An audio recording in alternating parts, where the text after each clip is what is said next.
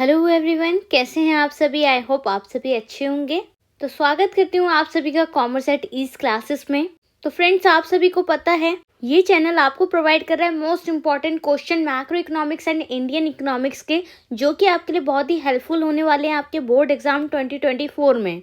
सो channel का यही motive है कि आप इजीली 80 आउट ऑफ 80 स्कोर कर पाएं। तो गाइस, प्लीज चैनल को ज़्यादा से ज़्यादा सपोर्ट कीजिए और जितना हो सके अपने फ्रेंड्स के साथ शेयर कीजिए ताकि वो भी इस क्लास का बेनिफिट ले पाएं। तो जैसा कि आप सभी को पता है, यूनिट 6 हम कर चुके हैं हमारी इंडियन इकोनॉमी की, और आज हम करने वाले हैं unit 7 current challenges facing Indian economy. तो ध्यान से सुनिएगा मेरी इस बात को। जो आपकी यूनिट 7 है इंडियन इकोनॉमिक डेवलपमेंट की, उसकी वेटेज है 22 मार्क्स, और जो कि हो जाता है बहुत ही ज़्यादा वेटेज वाला unit. So I think video लंबी हो सकती है आपकी, बट जितने भी इधर क्वेश्चन कराए जाएंगे आपको, उसके थ्रू आप अपने इजीली 22 मार्क्स अचीव कर पाएंगे। तो ये 22 मार्क्स आपके बोर्ड एग्जाम के लिए बहुत ज़्यादा ज़रूरी हैं। तो हर क्वेश्चन को अच्छे से समझेंगे और अच्छे से करके आएंगे। एंड तक वीडियो को देखिएगा। एंड तक आपको सारे इंपॉर्टेंट जो क्वेश्चन हैं वो बताए जाएंगे, जिसमें हम sustainable development, global warming, ozone depletion, ये सारे टॉपिक्स भी कवर करेंगे। क्लियर? तो बिना देर करे चलते हैं हमारे आज के फर्स्ट क्वेश्चन पर। तो फर्स्ट क्वेश्चन है हमारा ह्यूमन कैपिटल फॉर्मेशन का। अब देखिए, जैसे मैंने आपको बताया कि 22 मार्क्स का आपका ये यूनिट आने वाला है, तो कई सारे क्वेश्चन इसमें से बनेंगे, लाइक एमसीक्यू क्वेश्चन, 3 मार्क्स के क्वेश्चन, 6 मार्क्स के क्वेश्चन। ठीक है, तो जिन स्टूडेंट्स का मैक्रो में न्यूमेरिकल का पार्ट वीक है, उन सब के लिए स्पेशली ये बात कह रही हूँ मैं। ध्यान से सुनिएगा। अगर आपका मैक्रो इकोनॉमिक्स में न्यूमेरिकल का पार्ट वीक है, आपको मैथ से इशू है, तो उन बच्चों को क्या करना है, अपनी इंडियन इकोनॉमी के 40 मार्क्स जो हैं वो पक्के करने हैं। क्योंकि इंडियन इकोनॉमिक्स बस थ्योरी का पार्ट है, उसमें कोई भी आपको न्यूमेरिकल नहीं करना, कोई भी फॉर्मूला याद नहीं करना, तो 40 मार्क्स आप इजीली ग्रैब कर सकते हैं। तो इसलिए आपको इंडियन इकोनॉमिक्स पे ज़्यादा ध्यान देना है। मैक्रो इकोनॉमिक्स का थ्योरेटिकल पार्ट अगर आप कर लेते हैं और इंडियन इकोनॉमी कंप्लीट 40 मार्क्स की कर लेते हैं, तो आप इजीली 70 मार्क्स ला सकते हैं। ठीक है, क्योंकि अब वक्त कम बचा है और आप सभी को पता है न्यूमेरिकल्स इतनी जल्दी आपका स्ट्रॉन्ग पॉइंट नहीं बन पाएगा। अगर आपने शुरू से प्रैक्टिस किया न्यूमेरिकल्स की, बार बार क्वेश्चंस को ट्राई किया है, तो आपके लिए बहुत इजी होगा न्यूमेरिकल्स को टैकल करना। बट अगर आपने प्रिपरेशन बिल्कुल भी नहीं की है न्यूमेरिकल की, मैक्रो इकोनॉमिक्स के, तो आप अपना इंडियन इकोनॉमिक्स अच्छे से करके जाइएगा, ताकि आपके 40 मार्क्स तो कहीं नहीं जाने वाले। ठीक है, तो ये 40 मार्क्स आपको पक्के करके जाने हैं। तो जितनी भी मैं रिवीजन क्लासेस ले रही हूँ इंडियन इकोनॉमिक्स की, उसके सिर्फ आपको मोस्ट इंपॉर्टेंट क्वेश्चन करके जाने हैं, उससे आप इजीली 40 मार्क्स क्रैप कर लेंगे। और रही बात मैक्रो इकोनॉमिक्स की, तो जितना भी पार्ट न्यूमेरिकल का आएगा, उसको छोड़ के आप थ्योरी का अच्छे से ध्यान से पढ़ लीजिए, उसको मिस मत कीजिएगा। वो थ्योरी अगर आपने अच्छे से कर ली और इंडियन इकोनॉमी की कर ली, तो अच्छे से मार्क्स आ जाएंगे। तो टेंशन की बिल्कुल भी बात नहीं है। न्यूमेरिकल्स नहीं आते हैं, नहीं प्रैक्टिस की है पूरे साल भर, तो टेंशन मत लीजिए। अब उसे अगर प्रैक्टिस करने बैठेंगे, तो जो थ्योरेटिकल पार्ट आप अच्छे से करके बैठे हैं, उसमें भी आप कंफ्यूज्ड हो जाएंगे। ठीक है, तो आप उनकी रिवीजन कीजिए जो आपको अब आता है, जो कभी देखा ही नहीं पूरा साल भर में आपने बुक्स में, या प्रैक्टिस ही नहीं की, उन सबको अब छोड़ दीजिए। जो कर रखा है उसकी रिवीजन 2-2, 3-3 बार कर लीजिए। ओके, और मॉक टेस्ट प्रैक्टिस कीजिए। 3 आवर वाला टेस्ट पेपर करके देखिए कि 3 घंटे में आप कितने क्वेश्चन सॉल्व कर पा रहे हैं। अपनी जो टाइम की मैनेजमेंट है ना, वो अच्छे से करके जाइए, क्या कि 3 घंटे में आपको किस तरीके से अपने सारे क्वेश्चन अटेम्प्ट करने हैं। ओके, तो टाइम मैनेजमेंट बहुत ज़्यादा इंपॉर्टेंट रोल निभाता है हमारे बोर्ड के एग्जाम्स में, क्योंकि हमें कंटेंट बहुत सारा लिखना होता है, हमें आता सब कुछ है, बट थ्योरी लिखने में अगर हमारी स्पीड कम होगी तो हमारा पेपर छूट सकता है, और पेपर को बिल्कुल भी छोड़कर नहीं आना है। ठीक है, तो मानेंगे ना मेरी सारी बातें? अगर आपने ये सारी बातें मान ली ना, तो मैं डेफिनेटली कहती हूँ आप इजीली अपना 80 आउट ऑफ 80 स्कोर कर पाएंगे, और यही हमारा टारगेट है। पढ़ेंगे और करेंगे अपने टारगेट को अचीव। क्लियर? तो जल्दी से क्वेश्चन देख लेते हैं, और सारे के सारे क्वेश्चन आज के बहुत इंपॉर्टेंट है, तो लास्ट तक वीडियो को देखिएगा, क्योंकि हमें यहाँ से अपने 22 मार्क्स ग्रैब करने हैं। क्लियर सबको? तो आज का क्वेश्चन हमें क्या कह रहा है, what factor contribute to human capital formation. तो कौन से फैक्टर है जो कॉन्ट्रीब्यूशन करते हैं ह्यूमन कैपिटल फॉर्मेशन में। मैंने कई बार समझा रखा है आपको, ह्यूमन कैपिटल फॉर्मेशन वो फॉर्मेशन होती है जिसके थ्रू पर्सन की स्किल या एक्सपीरियंस को बढ़ाया जाता है। ठीक है, अगर ह्यूमन का एजुकेशन लेवल अच्छा होगा, स्किल अच्छी होगी, उसे नॉलेज होगी, तो वो एक हमारे लिए एसेट हो गया। तो ह्यूमन कैपिटल फॉर्मेशन उस ह्यूमन के थ्रू होगा। ठीक है, और ये होता है हमारी इंडियन इकोनॉमी के डेवलपमेंट के लिए बहुत ही ज़्यादा एसेंशियल। तो अब देखते हैं मेन सोर्सेज क्या हैं, डिटर्मिनेंट्स क्या हैं। क्वेश्चन आपसे ये भी पूछ सकते हैं कि main sources of human capital formation, explain determinants of human capital formation. तो क्वेश्चन कैसे भी पूछा जा सकता है आपसे, बट आपको पता होना चाहिए ह्यूमन कैपिटल फॉर्मेशन क्या होता है, तो आप उसके मेरिट्स, डिमेरिट्स, एम, सोर्सेज सब बता सकते हैं। ओके, कई बार समझा रखा है मैंने आपको क्वेश्चन किस तरीके से समझना है आपको, कि क्वेश्चन आपसे पूछ क्या रहा है। तो देखिए सोर्सेज हैं, एक्सपेंडिचर ऑन एजुकेशन, एजुकेशन पे खर्चा होगा तो ह्यूमन कैपिटल फॉर्मेशन होगी। एक्सपेंडिचर ऑन हेल्थ, हेल्थ अच्छी होगी तो लोग एफिशिएंट वर्क करेंगे, प्रोडक्शन ज़्यादा करेंगे, क्योंकि अगर पर्सन ही सिक होगा, बीमार होगा, तो क्या पॉसिबल होगा कि पर्सन अच्छे से एफिशिएंट वर्क करेगा। अगर एफिशिएंट वर्क नहीं कर पाएगा तो प्रोडक्शन नहीं कर पाएगा, प्रोडक्शन नहीं कर पाएगा तो हमारी इंडियन इकोनॉमिक डेवलपमेंट में अपना रोल नहीं निभा पाएगा। ठीक है, तो इसलिए एक्सपेंडिचर ऑन हेल्थ भी एक सोर्स है।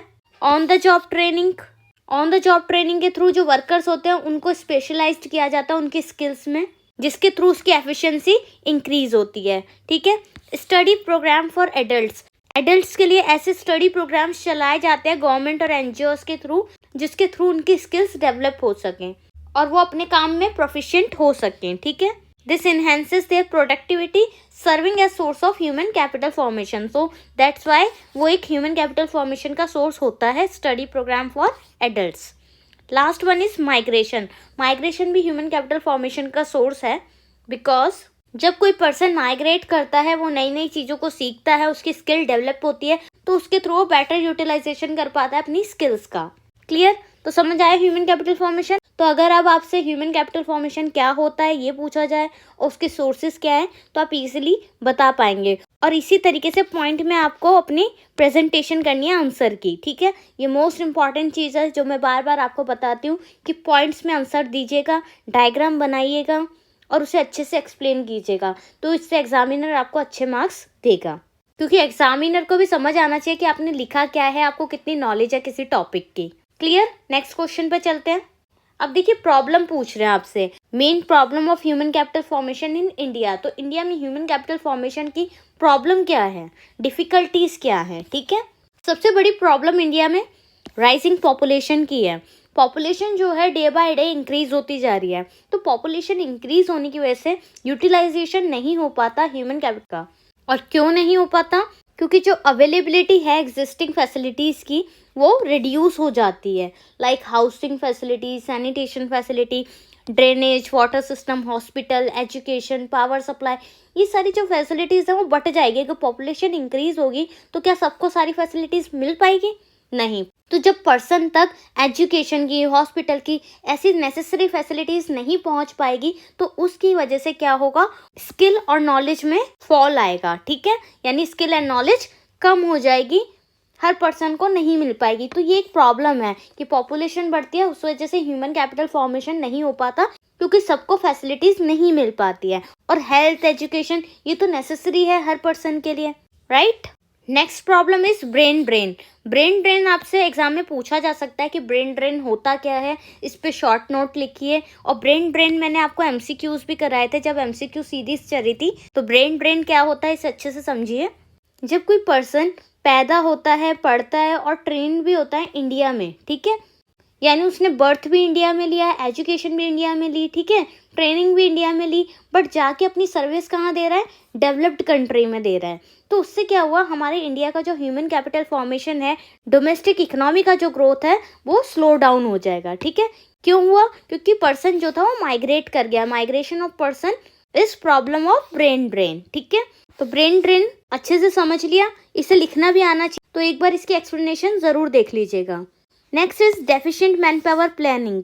तो ह्यूमन कैपिटल फॉर्मेशन का ये भी एक प्रॉब्लम है कि जितने भी हमारे एजुकेटेड एंड ग्रेजुएट लोग हैं वो अनएम्प्लॉयड हैं, जिसकी वजह से ह्यूमन पावर, ह्यूमन स्किल का वेस्ट हो रहा है। ठीक है, wastage of human power and human skill. Next is insufficient on the job training in primary sector. अब प्राइमरी सेक्टर में हमारा एग्रीकल्चर आता है। एग्रीकल्चर हमारा बैकबोन है इंडियन इकोनॉमी का, and it has not received attention in the area of professional skills, so that's why insufficient on the job training. Last one is low academic standard. academic standard जो है वो low है, तो हमारे यहाँ graduate, post graduate ये सारे काफ़ी लोग मिल जाएंगे आपको, बट उनमें जो स्किल्स होती है ना वो इतनी ज़्यादा जनरेट नहीं हो पाती है। तो जब स्किल्स अच्छी नहीं होगी तो एफिशिएंसी भी इतनी अच्छी नहीं होगी, प्रोडक्टिविटी भी अच्छी नहीं होगी। तो that's why low academic standard, जो हमारा एकेडमिक का लेवल है वो थोड़ा लो है। तो इसलिए ये सब हमारी प्रॉब्लम बन जाती है ह्यूमन कैपिटल फॉर्मेशन की। क्लियर है? बेसिकली ये प्रॉब्लम्स मैंने आपको इसलिए कराई है क्योंकि जैसे ब्रेन ड्रेन है, insufficient on the job training, low academic standard, इनसे भी आपसे क्वेश्चन पूछे गए हैं। तो इसलिए ये आपको करके जाने हैं पॉइंट्स, ठीक है। हो सकता है आपसे डायरेक्टली क्वेश्चन पूछ ले problem of human capital formation, और हो सकता है आपसे सेपरेटली भी इनसे रिलेटेड क्वेश्चन पूछे जा सकते हैं, ठीक है। आगे चलते हैं। देखिए वो क्वेश्चन है MCQ का जो मैंने आपको करवाया था। Which of the following are associated with the problem of human capital formation in India? Brain drain, low academic standard, rising population, changes in social outlook. तो इसका ऑप्शन सी करेक्ट है, क्योंकि ब्रेन ड्रेन अभी हमने पढ़ा problem of human capital formation में, लो academic standard पढ़ा, rising population पढ़ा, ठीक है। तो इसलिए ये सारे आपके इंपॉर्टेंट हैं, इनको एक बार पढ़ के ज़रूर जाइएगा। तो ऑप्शन सी इज करेक्ट। ये तो हमने पढ़ा ही नहीं कहीं पे, तो ये अपने आप ही एलिमिनेट हो गया। आगे चलते हैं। अब क्वेश्चन है कि एग्रीकल्चर डाइवर्सिफिकेशन क्यों एसेंशियल है सस्टेनेबल लाइवलीहुड्स के लिए? तो आंसर है इसका कि डाइवर्सिफिकेशन जो होता है वो स्टेबलाइज करता है फार्म की इनकम को, ठीक है, bye lowering the market risk. तो जिसकी वजह से मार्केट का रिस्क भी कम हो जाता है, इसलिए एग्रीकल्चर डाइवर्सिफिकेशन एसेंशियल है सस्टेनेबल लाइवलीहुड्स के लिए। क्लियर? पूरा डिटेल में इसकी एक्सप्लेनेशन आप पढ़ लीजिएगा, समझ आ जाएगा बहुत अच्छे से, बहुत ही ईजी लैंग्वेज में। आपको कहीं से भी कोई सी भी बुक खोलने की ज़रूरत नहीं है, आप सिर्फ इस क्लास का स्क्रीनशॉट ले लीजिए और इन सबको अगर आप अच्छे से करके चले गए ना, तो मैं आपको डेफिनेटली बोल सकती हूँ आपको कहीं और से कंटेंट पढ़ने की ज़रूरत नहीं पड़ेगी। सिर्फ आप ये कंटेंट पढ़ लीजिए, एग्जाम में आप खुद से इन सब से बनाकर आ सकते हैं। बहुत ही ईजी लैंग्वेज में मैंने सब कुछ समझा रखा है। और अगर चीज़ें आपको समझ आ गई कि डाइवर्सिफिकेशन क्या है, सस्टेनेबल डेवलपमेंट क्या है, तो वो सब आप अपने आप ही उन सबको लिख कर आ पाएंगे। बाकी मैंने कोशिश की है कि क्वेश्चन की वेटेज क्या है उसके अकॉर्डिंग कंटेंट देने की, ठीक है। अगर 6 मार्क्स का क्वेश्चन पूछा गया है आपसे, तो उस क्वेश्चन के वेटेज के अकॉर्डिंग ही आपको उसका कंटेंट प्रोवाइड किया है। तो आप बस स्क्रीनशॉट भी ले लेंगे और यही सारा पढ़ लेंगे जितना मैंने पढ़ा रखा है, तो आप अच्छे से कर पाएंगे एग्जाम्स में। अब देखिए एग्रीकल्चर मार्केटिंग से रिलेटेड एक क्वेश्चन पूछ सकते हैं आपसे कि एग्रीकल्चर मार्केटिंग होता क्या है। ये एक प्रोसेस होती है जिसमें assembling, storage, processing, transportation, packaging, grading, distribution of different agriculture commodities, ये सब इंक्लूड होती है, ठीक है। और एग्रीकल्चर मार्केटिंग सिस्टम का लिंक होता है farm and non farm sectors दोनों से, ठीक है। अगर आपने पीछे की जितनी भी क्लासेस मैंने ली हैं MCQ रिलेटेड वो सब करी हैं, तो आप सभी को ये सारे जो भी आज मैं टॉपिक करा रही हूँ ना, सभी आते होंगे, क्योंकि मैंने सब वहाँ कवर कर रखा है विद एक्सप्लेनेशन, आपको सब कुछ समझाया है। तो अगर याद हो तो एग्रीकल्चर मार्केटिंग भी हमने वहाँ पढ़ा था और यही सारी उसकी एक्सप्लेनेशन भी पढ़ी थी कि जो भी प्रोसेस होती है हमारी मार्केटिंग की, उसके थ्रू हम farm and non farm sectors को सर्विसेज प्रोवाइड करते हैं, जो हमारा एग्रीकल्चरल मार्केटिंग कहलाता है। अब देखिए डाइवर्सिफिकेशन अभी हमने यहाँ पर पढ़ा, तो किस तरीके से मार्केट रिस्क को कम करके डाइवर्सिफिकेशन हेल्प करती है स्टेबलाइजेशन ऑफ फार्म इनकम। तो इसके 2 एस्पेक्ट्स हैं, diversification of crop production and diversification of production activity employment. तो डिफरेंट क्रॉप का प्रोडक्शन करना, डिफरेंट प्रोडक्शन एक्टिविटीज़ करना, एम्प्लॉयमेंट अपॉर्चुनिटीज़ करना, तो उसके थ्रू मार्केट के रिस्क को कम किया जा सकता है। ओके, अगर चाहें तो इसके अंदर की एक्सप्लेनेशन भी आप बुक्स के थ्रू पढ़ सकते हैं, अदरवाइज गूगल से आपको इसका कंटेंट इजीली मिल जाएगा, आप वहाँ से भी कवर कर सकते हैं। मैंने सिर्फ आपको बता दिया कि इस तरीके के क्वेश्चन आपके आ सकते हैं, तो आप इन सबको अच्छे से पढ़ के जाइए। डाइवर्सिफिकेशन का टॉपिक है, मार्केटिंग का टॉपिक है, सस्टेनेबल डेवलपमेंट का टॉपिक है, कवर करते जाइएगा सब कुछ, क्योंकि 22 मार्क्स की बात है और ये 22 मार्क्स आपसे कोई नहीं छीन सकता अगर आप अच्छे से इसकी प्रैक्टिस करके जाएंगे। तो हर थ्योरी का जो भी पार्ट मैं करवा रही हूँ, जो भी इम्पॉर्टेंट है, एक क्रीमी कंटेंट मैं आपको दे रही हूँ। अब आपके ऊपर है आप उसको किस तरीके से कवर करते हैं। तो अच्छे से सभी टॉपिक को अगर आप कवर कर लेंगे तो आपके लिए ही अच्छा होगा। नेक्स्ट क्वेश्चन पर चलते हैं। What do you mean by rural development? तो इस पे आप मोस्ट इम्पॉर्टेंट लिख लीजिएगा। बाकी क्वेश्चन तो सभी इंपॉर्टेंट है, बट रूरल डेवलपमेंट में से क्वेश्चन पूछा जाएगा, इसलिए मैं बता रही हूँ कि इसे भी करके जाना है आपको। की इशू इन रूरल डेवलपमेंट ये भी बताना है। तो रूरल डेवलपमेंट के पहले आपको एक्सप्लेनेशन आनी चाहिए। इसमें economic and social growth of the rural areas के बारे में हम फोकस करते हैं।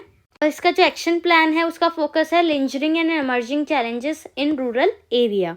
तो ये लिंजरिंग चैलेंजेस और एमर्जिंग चैलेंजेस, इन पे ध्यान देना है। Challenge of rural credit, challenge of rural marketing, emerging में exploring option of sustainable livelihood and challenge of organic farming. तो इसकी एक्सप्लेनेशन भी एक बार देख लीजिएगा। Next question, GDP in India is growing but unemployment stay to be a serious issue, how do you reconcile these facts. तो देखिए, GDP की ग्रोथ इंक्रीज हो रही है, जीडीपी हमारी बढ़ रही है, बट जो अनएम्प्लॉयमेंट है वो अभी भी ज्यादा है। तो जब जीडीपी की ग्रोथ हो रही है तो अनएम्प्लॉयमेंट ज्यादा क्यों है भाई? लोग बेरोजगार हैं और हमारी ग्रॉस डोमेस्टिक प्रोडक्ट जो है, इंडियन इकोनॉमी का जो ग्रोथ रेट है वो बढ़ रहा है। तो ये सीरियस इशू कैसे है? तो ये कुछ रीजंस हैं उसके, इन्हें पढ़ लीजिए। राइजिंग पॉपुलेशन और लेबर फोर्स का कंटिन्यू राइज होना। नेक्स्ट इज एजुकेशन और employment of women in India is no longer social taboo. अब इंडिया में जो व्यूमेन्स की एजुकेशन और एम्प्लॉयमेंट से रिलेटेड इश्यूज होते थे कि वो पढ़ नहीं सकती हैं, वो जॉब नहीं कर सकती, तो वो सब इश्यूज अब कम हो गए हैं, जिसकी वजह से लेबर फोर्स में राइज हो गया है, ज़्यादा लेबर पावर हो गई है, बट इतनी जॉब्स अपॉर्चुनिटीज नहीं है जितनी पॉपुलेशन है।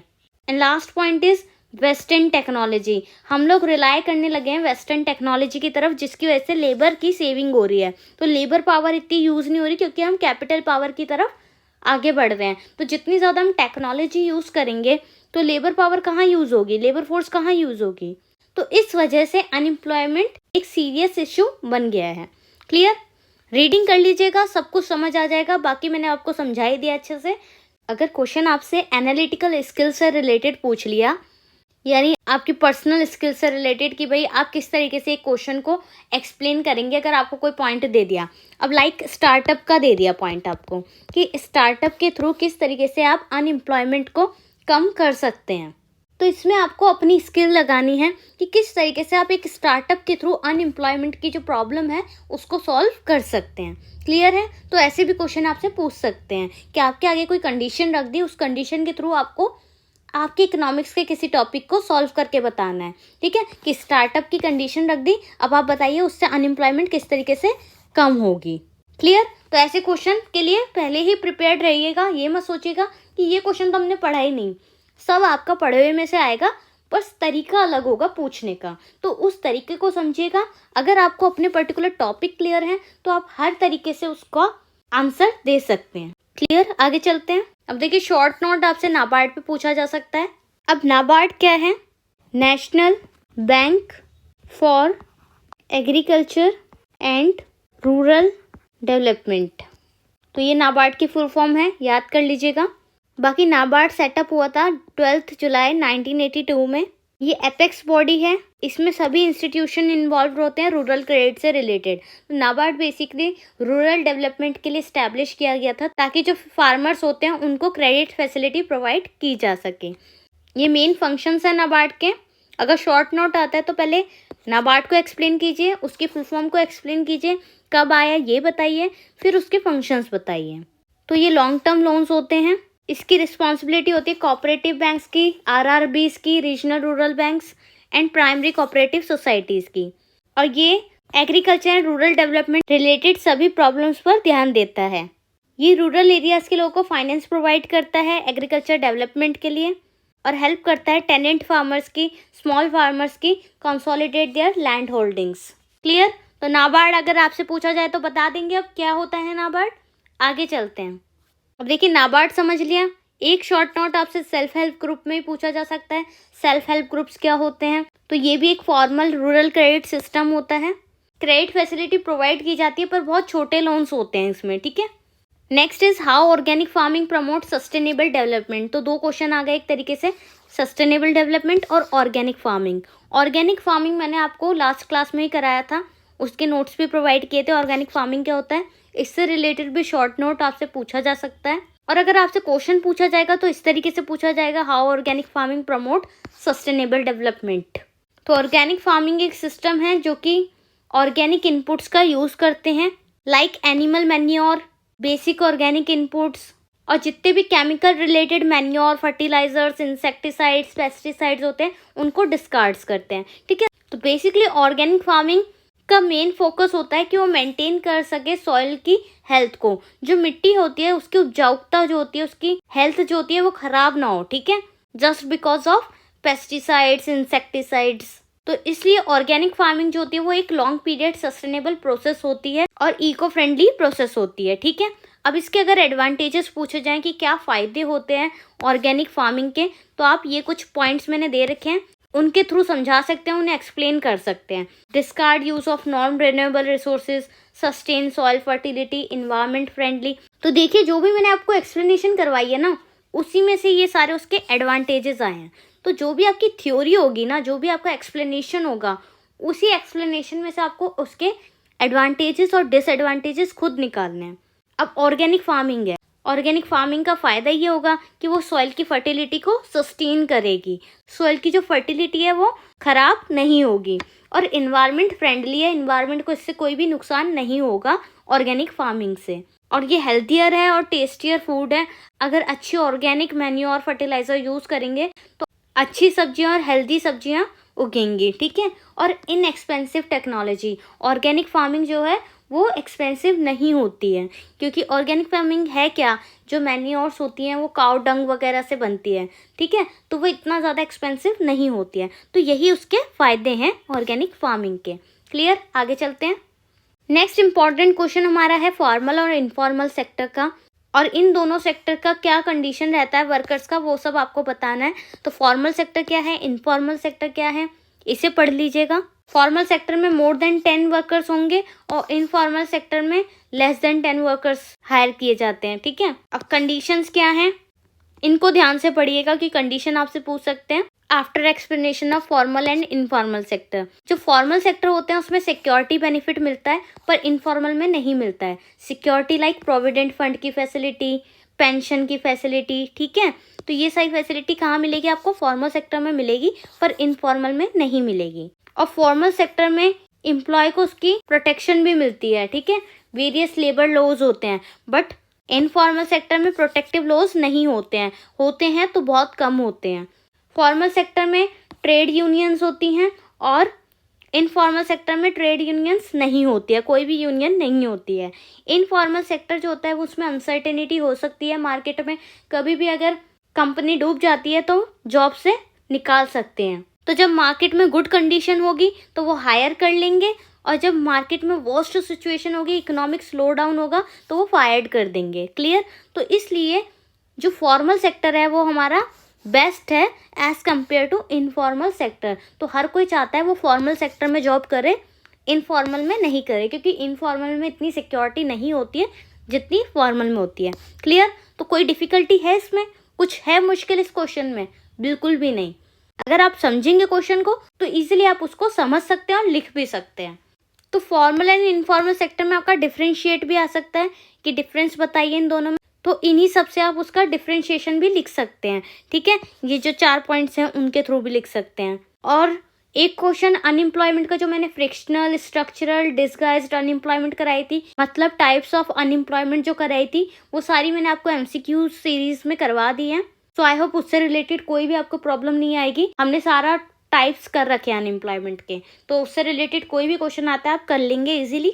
और अगर अभी तक आपने इंडियन इकोनॉमी की जो एमसीक्यू की मैराथन बनाई है मैंने, वो नहीं देखी है तो प्लीज़ मैराथन जाकर देखिए। उसमें आपके जितने 50 एमसीक्यूज़ हैं इंडियन इकोनॉमी के, वो आपको क्लियर हो जाएंगे और उसकी अच्छी प्रैक्टिस हो जाएगी, तो और कहीं से आपको एमसीक्यू करने की ज़रूरत नहीं पड़ेगी। अब क्वेश्चन यूनिट 7 का, तो इन्वायरमेंट क्या होता है और उसके क्या फंक्शंस होते हैं। तो आप इन्वायरमेंट की एक्सप्लेनेशन देंगे, देन उसके फंक्शंस बताएंगे। फंक्शंस हैं, environment offers resources for production, environment sustain life, environment assimilates waste, environment enhance quality of life. तो बहुत इजी पॉइंट है, आई थिंक आप सभी को ये आते होंगे। और इनसे रिलेटेड एमसीक्यू भी पूछा गया है आपसे प्रीवियस ईयर में, तो वो भी मैंने आपको करवा रखा है। तो इसलिए मैं बार बार बोल रही हूँ, अगर आपने एमसीक्यू कवर कर ली, आधे टॉपिक्स तो वहीं से क्लियर हो जाएंगे, क्योंकि वहाँ पर मैंने आपको विद एक्सप्लेनेशन सब कुछ समझाया है। नेक्स्ट क्वेश्चन आपसे सस्टेनेबल डेवलपमेंट से पूछ सकते हैं। सस्टेनेबल डेवलपमेंट क्या होता है, फ्यूचर जनरेशन की क्वालिटी लाइफ को मेंशन करता है कि जो भी बेसिक रिक्वायरमेंट्स होती है पीपल की, फूड, वाटर, एनर्जी, तो ये सारी चीज़ें ख़त्म ना हो जाए फ्यूचर में आते हुए। जो आने वाली जनरेशन है वो इन चीज़ों का बेनिफिट नहीं ले पाएगी अगर हमने आज ही उन सबको ख़त्म कर दिया तो हमें उसका यूज़ अच्छे से करना है। और इसका एम क्या होता है सस्टेनेबल डेवलपमेंट का?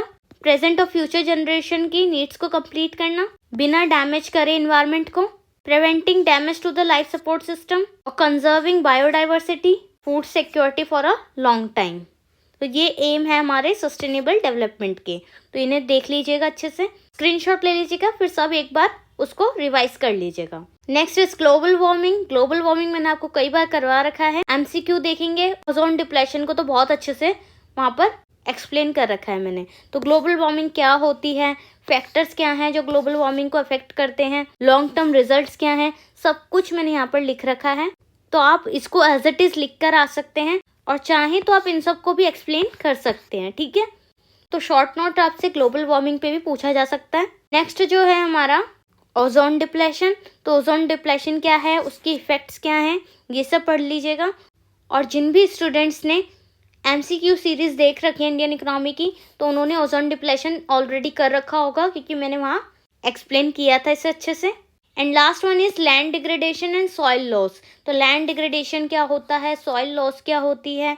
तो लैंड डिग्रेडेशन के दोनों कारण होते हैं, मैन मेड भी और नेचुरल कॉजेज भी, such as storms, forest fires, clear. और क्लाइमेट चेंजेस की वजह से, डिफॉरेस्टेशन की वजह से सॉइल न्यूट्रिशन लॉस हो जाता है, जिसकी वजह से लैंड डिग्रेडेशन होता है। And water erosion is the most common cause of soil degradation in India. अब पॉपुलेशन की ग्रोथ हो रही है, उसकी वजह से ज़्यादा फूड, एनर्जी, हाउसेज, इन सब चीज़ों की भी जो बेसिक स्टैंडर्ड ऑफ लिविंग होता है, उन सारी बेसिक नीड्स की भी ज़्यादा ज़रूरत पड़ती है। तो उन सब की वजह से हमारा इंडिया का इकोसिस्टम जो है वो भी हार्म होता है। तो लैंड डिग्रेडेशन और सॉइल लॉस का एक कारण पॉपुलेशन ग्रोथ भी है, ठीक है। तो ये सारे अगर आप पॉइंट्स पढ़ेंगे तो आपको क्लियर हो जाएगा what is land degradation and soil loss, clear. तो इसी के साथ आज के हमारे 22 मार्क्स के वेटेज वाले यूनिट 7 कंप्लीट होती है। अब हमारी यूनिट 8 बची है जो कि है development experience of India a comparison with neighbours. तो वो अब हम आगे करेंगे, वो हमारी 6 मार्क्स की आएगी। तो मेन फोकस्ड आपकी इस यूनिट का था जो आज हमने की है, क्योंकि वो 22 मार्क्स की वेटेज लेके बैठा है। तो ये 22 मार्क्स आप सभी को अचीव करने हैं। तो जितने भी इंपॉर्टेंट टॉपिक्स मैंने बताए हैं उनकी रीडिंग अच्छे से करके जाइएगा, रिविजन कीजिएगा उसकी 2-3 बार, ठीक है। चाहे वो आप अपने खुद के नोट्स से करें, चाहे जो नोट्स मैं प्रोवाइड कर रही हूँ आपको उन सब से करें, बट उन सभी टॉपिक को अच्छे से करके जाइएगा, क्योंकि हमारा यही टारगेट है, हम 80 आउट ऑफ 80 स्कोर करें। ओके, तो इसी तरह पढ़ेंगे और करेंगे अपने टारगेट को अचीव। अगर चैनल पर नए हैं तो प्लीज़ चैनल को सब्सक्राइब कर लीजिए और बेल आइकन प्रेस कर लीजिए, ताकि जितने भी नोटिफिकेशन है आने वाली क्लासेस के आप सभी को मिलते रहें। और ज़्यादा से ज़्यादा वीडियो को शेयर कीजिए और कमेंट करके बताइए वीडियो कैसी लगी आप सभी को। So bye bye, take care and all the best for your exams.